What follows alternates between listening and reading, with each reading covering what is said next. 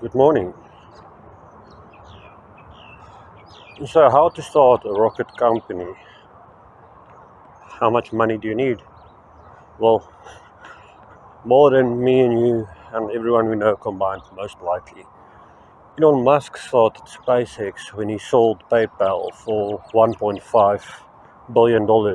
Not this entire $1.5 billion went to him, he had partners. So,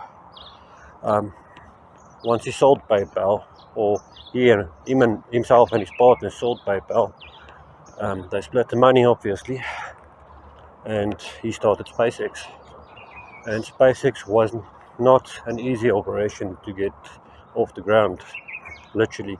There was multiple launches before they succeeded, and at one stage, I think it was on the third or fourth launch, if this launch did not succeed, it would have been game over and SpaceX would not exist as we know them today. They were at the edge of bankruptcy. So they had to succeed, and they did. On the launch that would have caused them to become bankrupt, they succeeded. We all know that SpaceX is the most successful rocket launch company in the world currently. Most reliable and the kings of reusability, which is the end goal. And by doing that, it would make space more accessible. And this is on partially reusable rockets like the Falcon 9 and Falcon Heavy. There's a bunch of other companies that's joined or are trying to join this club. Just a few hours ago, there was one. The company is called Firefly, and as far as I know, they operate from California. They attempted to launch their first rocket into orbit, the Alpha rocket. Just a few hours ago, they attempted this first launch. No company has ever successfully launched a rocket into orbit on their first attempt. Most explode on the launch pad or shortly after takeoff. And guess what? Alpha exploded a few hours back. There was some kind of anomaly. Now you might think this is a failure. In fact, it's not. If you plan to start a rocket launch company, you better know what you're doing, firstly. Secondly, you need to budget for at least 5 launches or 5 launch attempts before you get this right. So you need to have a couple of $100 million lying around. Your first attempt is almost guaranteed not to be a success. Now, I'm more than convinced that Firefly knows this and have the budget to get the next rocket up there, or have a next rocket launch attempt. Firefly launched the Alpha rocket from the Vandenberg Space Force base. I think it's in California. Although it did not make it to orbit, it had a flight time of I think around 3 minutes.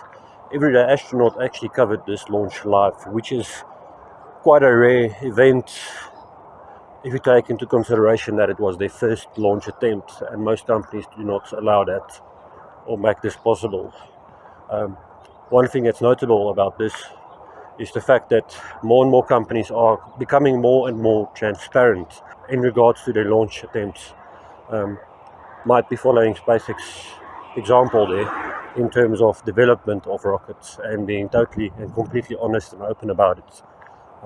If you allow people to drive by the site where you develop your rockets and everyone can see it, just by going to the beach in Boca Chica, that means you're pretty transparent in my eyes. But yeah, it was quite a good attempt, and I think they did gather quite some valuable information. Every second this rocket is in flight enables them to get more information as to how it performs while in flight. So I would not consider this a failure at all. If you're looking at SpaceX, every single failure they had pushed them towards success. And the same would apply to Starship, not just the Falcon rockets. All these failures end up creating the success they one day taste. And there's multiple small orbital launch companies that's coming up, and just one of them is like Rocket Lab. Hi, I'm Peter Beck. I'm the founder and CEO of Rocket Lab. Why don't you join me on a bit of a tour of these facilities? So right now I'm standing in between the composite line and the final assembly line. So behind me, all of the carbon composite tubes and parts of the launch vehicle are manufactured. Then they transition over to the final assembly line where everything gets bolted onto them, and then finally they shoot out the door and down to the launch site. At Rocket Lab, quality is always number one. And as you walk around this factory, you'll see that not any tool is out of place. Everything is in its own place. You can eat off the floors, and this facility is absolutely organised and beautiful. Within this industry, there's a lot of talk about factories of the future. You're standing in a factory of the future, and it's not a CAD image, it is up and running. And every 20 days, a rocket rolls off this production line. Raw material in one door, 20 days later, rocket out the other. Everything is done here and the other factories. So in this particular factory, we have a whole lot of composites, we have machine shop, 3D printing, avionics, clean rooms. At the Rocket Lab facility here in Long Beach, we have a lot of things under one roof. We have engine development, we have avionics development, we build solar panels, we have a vast array of CNC machines and 3D printers that allow us to build all these things and test all these items in-house here in Long Beach. Rocket Lab operates from New Zealand. They might not, well, people say they are based in the US, but all their staff, all their operations are run from New Zealand by mostly New Zealand individuals. So big up to New Zealand in that regard. Rocket Lab has had some failures in the past, but they've had many successes, and they are proving themselves. And I think this field will open up quite a bit as time goes on, and there will be more competitors aiming to take a piece of the pie. And I think competition is something that's really welcome in this industry, as it will push companies to do better and perform better and provide better products at a better price. Big ups to Firefly and the Alpha rocket for their 3-minute flight. I think it was a great thing of them to allow everyday astronaut to stream this event live. After all, it's not every company that is so open about their developments, and I think we need to see more of it, and I think we will. Okay, so the goal currently for the space industry is to get space to be a bit more accessible to companies and individuals, and I think that goal is soon to be achieved the way things are going currently.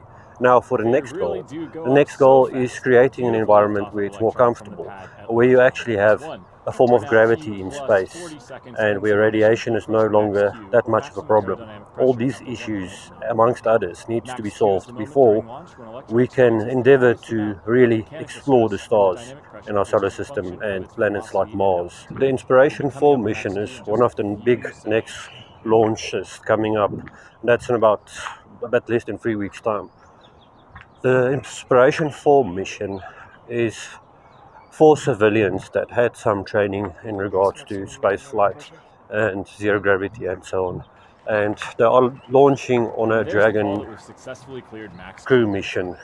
Like I said, these are individuals that are not classified as astronauts as such, but they were given training, and they are going into orbit for, I think, about 3 days.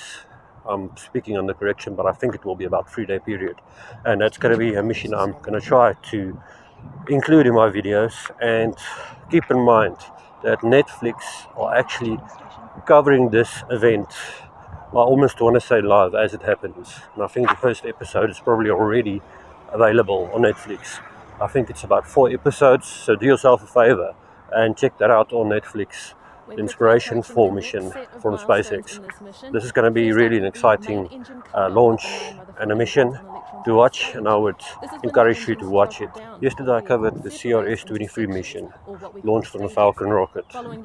Now there were some interesting bits in that particular mission in regards to experiments that takes place on the ISS. Now these experiments are vital for future exploration of space.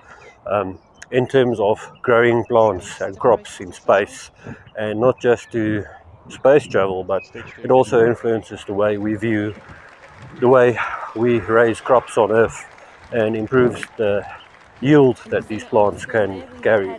So vital bit of research that they are currently busy with on the ISS, and in terms of medicine as well. Like, you know, on a regular basis they perform medical experiments and on tissue cultures and cells in terms of growth.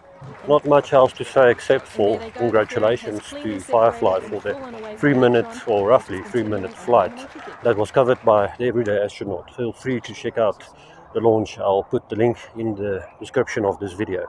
Hope you guys have a wonderful weekend, and as per usual, please stay safe and